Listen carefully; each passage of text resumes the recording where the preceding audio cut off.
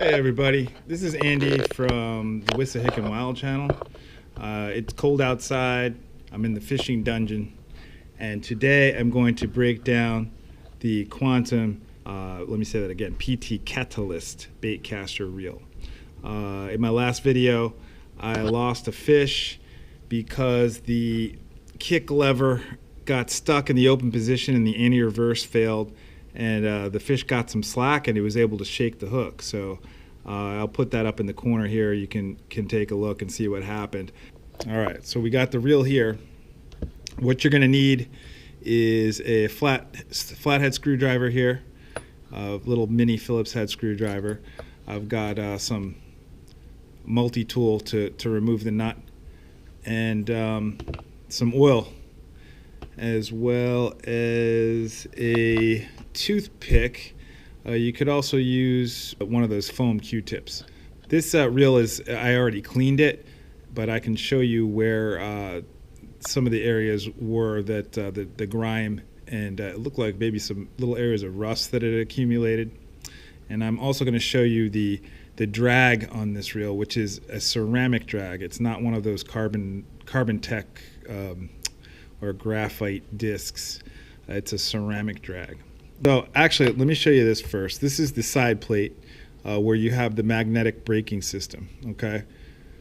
For the newbie to a baitcaster reel, the reel works by a spool that spins, as opposed to a spinning reel, which the bail opens and the line just comes off. But with a baitcaster, the weight pulls on the line, which spins this this spool. I actually over-oiled the reel, I believe, before I lost that fish, because the reel was making a lot of noise and I wasn't getting a lot of good distance when I was casting. So in hindsight, I believe that the problem was there. It needed some oil around the ends of the spool, which is here. So I can show you where that is. There's bearings on either side of this spool that can take a drop of oil, which actually made a great big difference in the performance of the reel. So let me show you the side plate cover here. So this comes off real easy. Just like that, pull it off, and you'll see that you have in here, this is the end of where the spool shaft comes in. It comes right in here, and you can see, I don't know if you can see that, but it spins. That is a bearing. So I put a drop of oil in there. Really only need a half a drop or a drop, but it's spinning real nice now, and it's not making any noise. I didn't figure out how to get that out. I'm not going to mess with that. That doesn't come out easily. So I'm just going to leave that alone. Here you can see the end of the spool.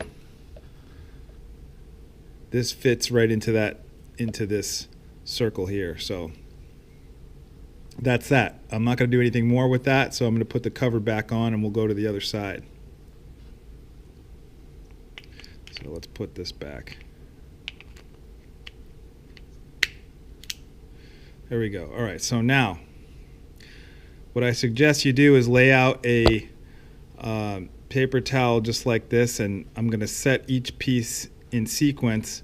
I also have the original instructions that came with the reel, and it has a parts diagram here. Let me show you that, so you can see how all the parts are laid out in sequence and see what the names of the parts are. So it's good to keep this. I also keep the receipt in the box, the original receipt. This reel cost me at Cabela's. It's an 8-year-old reel.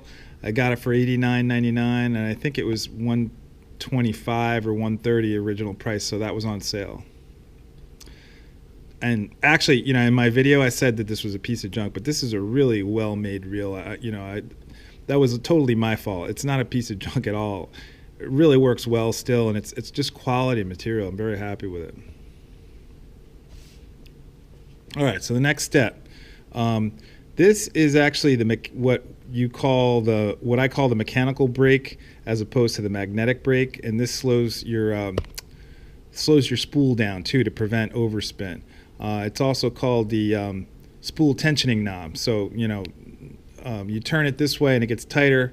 It slows this down to a good degree.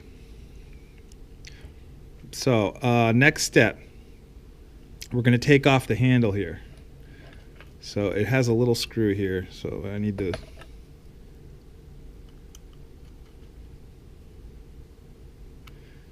take that off. Just spin it off like that. Put that down there. Oh, it has a little kind of protective finial or decorative finial. I don't know if that's what it's called. Now you have your this nut here. This is actually comes off. I believe it comes off clockwise, which is opposite the usual.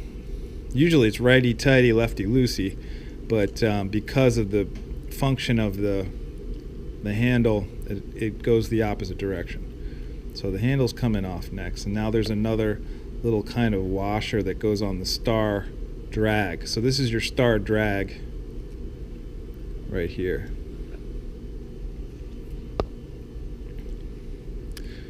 All right, so we got the star drag. Now what you have to do is kind of hold on to this and let's see here. And again, it seems like it would go the opposite direction, but I'm turning it clockwise to take this off. And eventually it's going to stop clicking. Once it stops clicking, you got to be careful. Okay, just stop clicking. When I first opened the reel up and took it apart to clean it, there's an assembly underneath this that you have to be careful with, and it's best if you do not change the sequence of the washers inside. It's called the drag click assembly, and it's what clicks when you turn your star drag. And I'm going to show you the inside of the star drag, but you can see the assembly in a minute. Okay.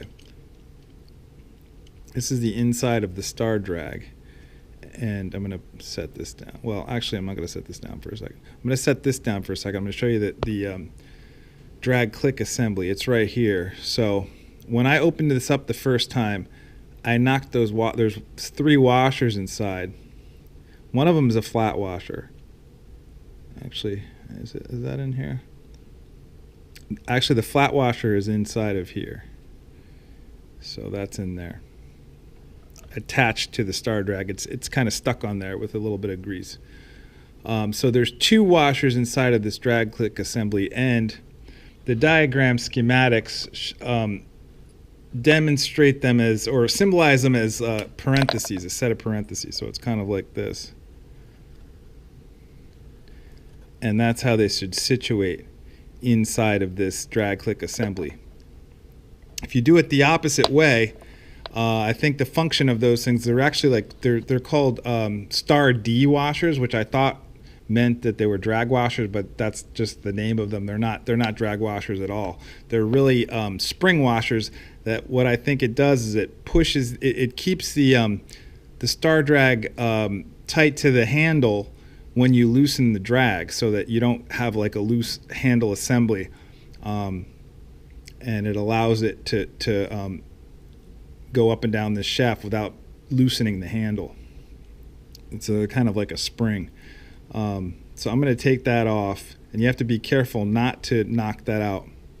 If you do knock it out and you put it back on and it's not working correctly, what I would suggest you do is you just take those washers that are in there and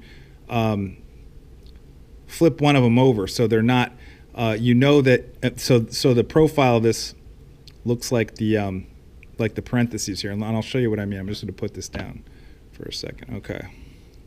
Oh, on the other side of this, there's another flat washer.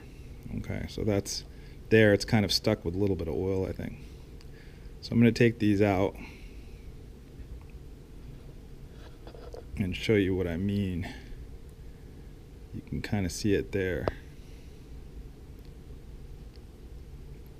See how they're separated there? If I flip them around, they really can only go together one way. They have this shape that matches, you can see that opening, it matches the end of, the end of the shaft there, the handle shaft. So if you look at that, it separates like parentheses. If I flipped one of these around, it would fit exactly inside the other washer, and then it would serve no function. It would just be there as a kind of a something to separate, and that's not the function. It functions as kind of a spring, I think, to keep it open. So these, when you compress it, it keeps the handle assembly tight. So I'm going to put these back inside of that drag click assembly.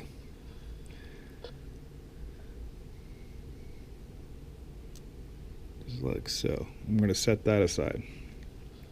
I'm trying to keep the order the same here.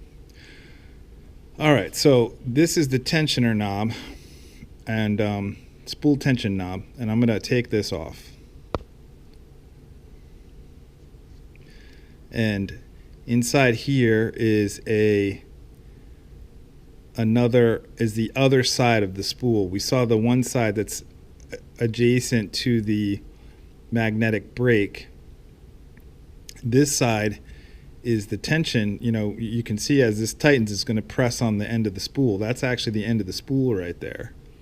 This little nub right here, and so that should actually, yeah, it's moving.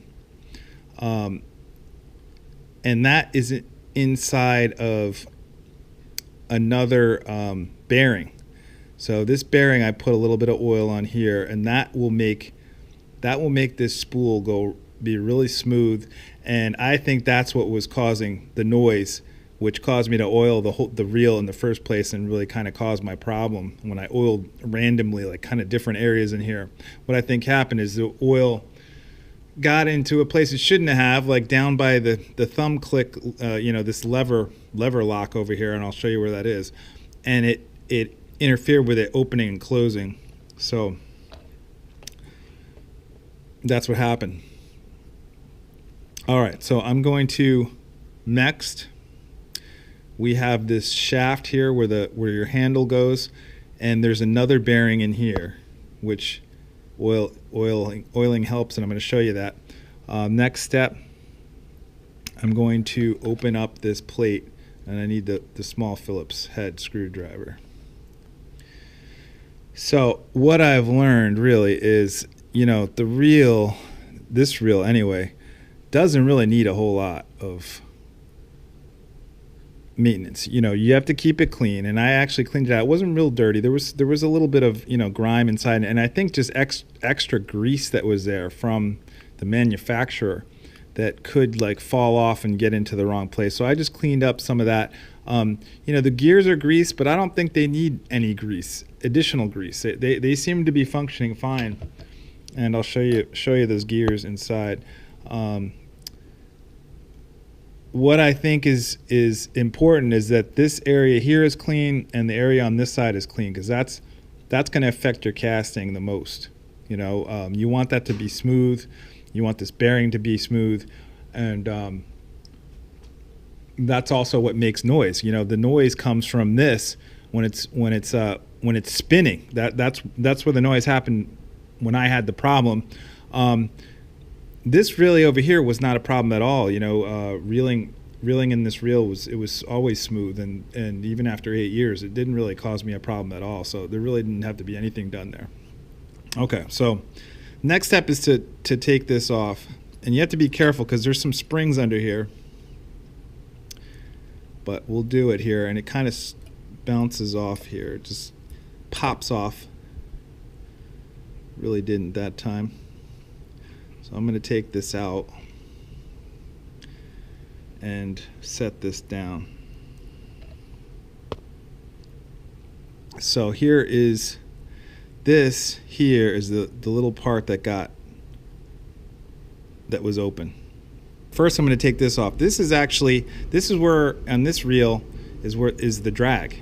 This is the main gear, that the handle turns, and then it turns the spool.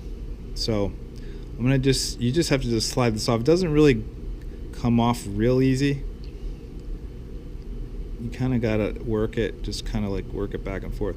But you got to be careful too, because this is your drag assembly. There you go. I'm gonna set this down.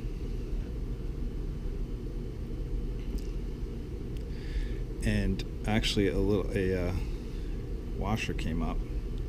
I'm gonna put that back.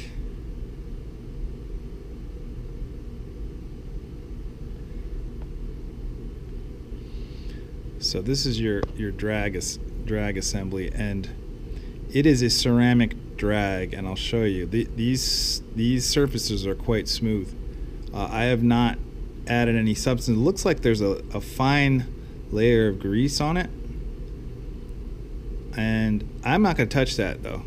You know, I've had some experience with ceramic seals, like on the pool pump, and you know, they advise you not to touch those surfaces. For the pool pump, it's for a different reason, because it's spinning so fast that it can cause friction and destroy that seal, and it's also a seal. So this is different. It's not a seal, but it is somewhat of a seal. It seals out foreign materials, but it's meant to cause friction just the way it is, without anything added to it.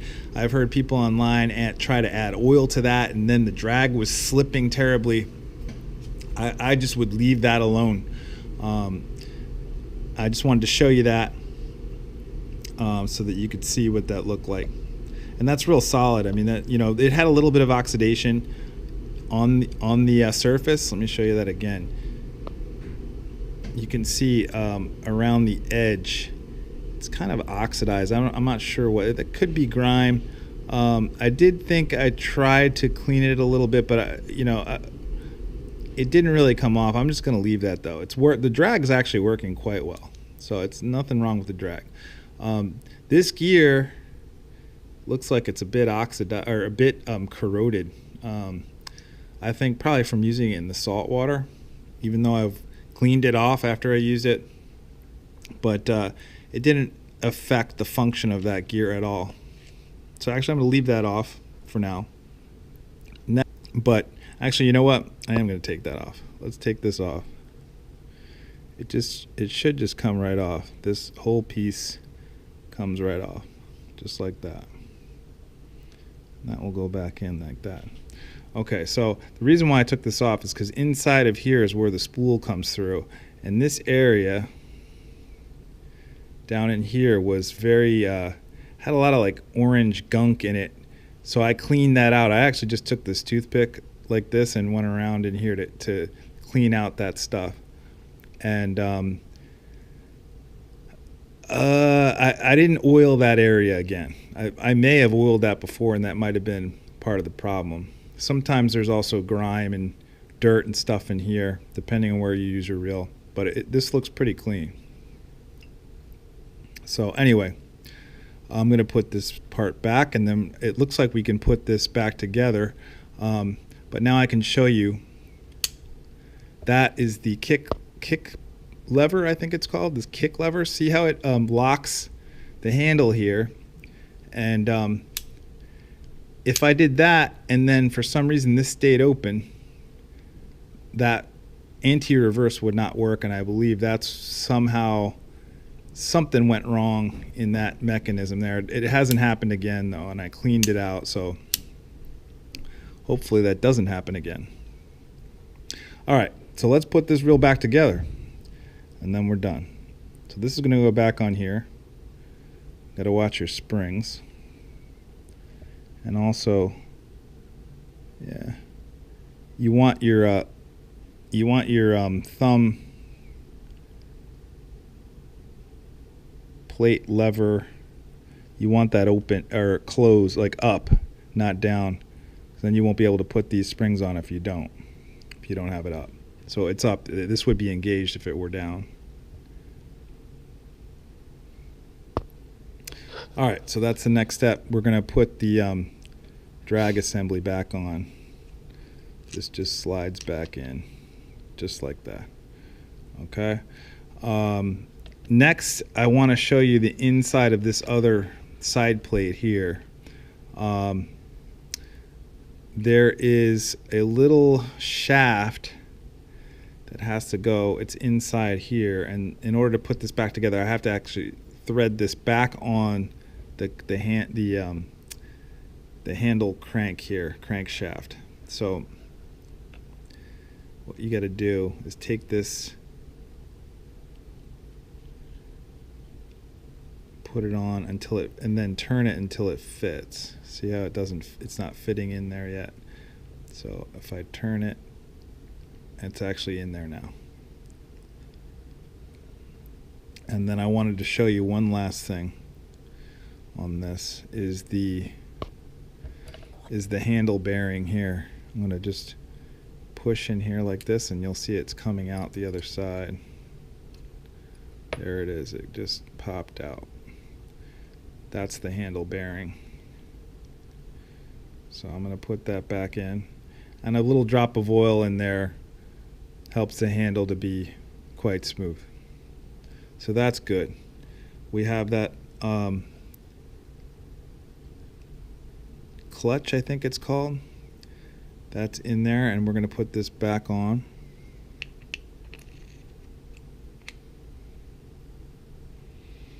Like so. Check our order of materials. We have the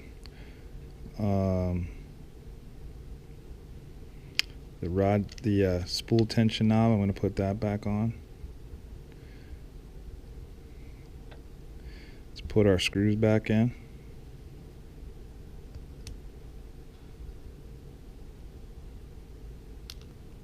And you don't have to crank down all the way on these, just, you know, hand tighten them.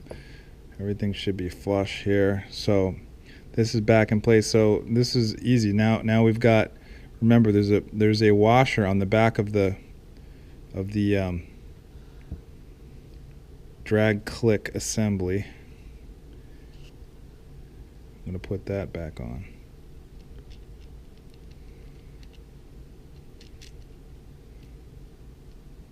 Good. Okay, this is a little tricky too. So let's, make sure this is riding the correct way, and you're going to go counterclockwise. It's, again, the opposite direction, so it's on there correctly. It's straight. It's coming down until you get some resistance. You're going to spin it all the way down. And then,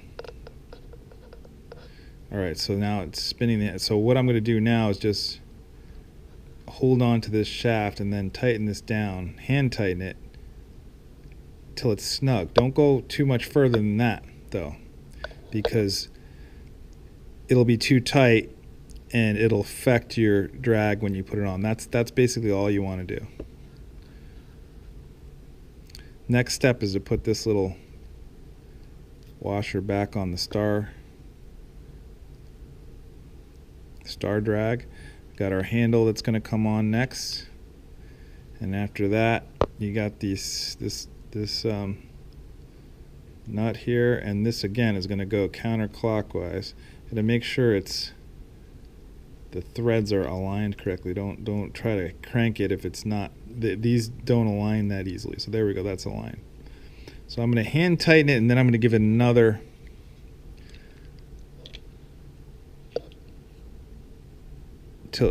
crank with the multi-tool until it's snug. So if it's on there correctly, your little cover should line up correctly there, should line up perfectly. And the last part is putting the screw in.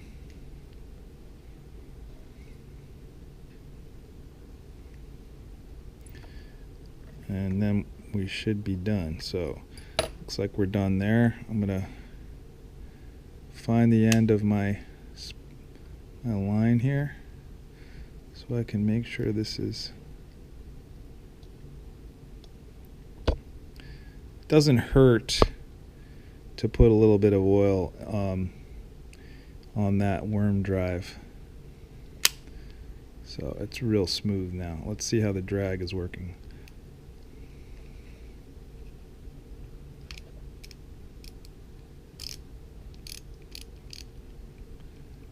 Yeah, I think I have to tighten that down a little bit more. See how that handle's loose?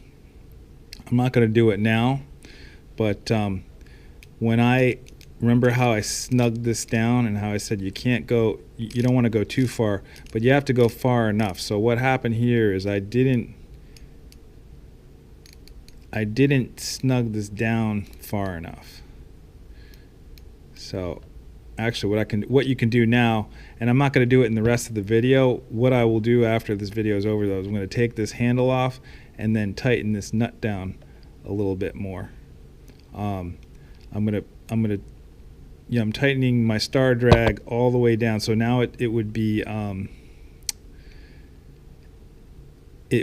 fully tightened, very very high drag, so it's very hard to pull this now. And then after I do that, I'm gonna tighten this nut here down, and it should be good to go. But that's essentially how you break down and clean this reel. Well, I didn't show the cleaning part, but you look for areas that have dirt on the sides of those plate and in those workings, and you just kind of get it off with a foam Q-tip or a toothpick, and oiling. In my opinion, or just oiling the areas where the spool ends are, and those bearings is really the key to having a smooth operation and long casts. You'll know that you're doing the right job by the noise. So this reel has no noise. It's quiet now and smooth, and it's working real well. And also the thumb lever is working fully functional and not opening up on me. So it's the problem is fixed. I'm still going to get another baitcaster to go along with this one, but this one's good to go and has many years of service left. Thanks for watching.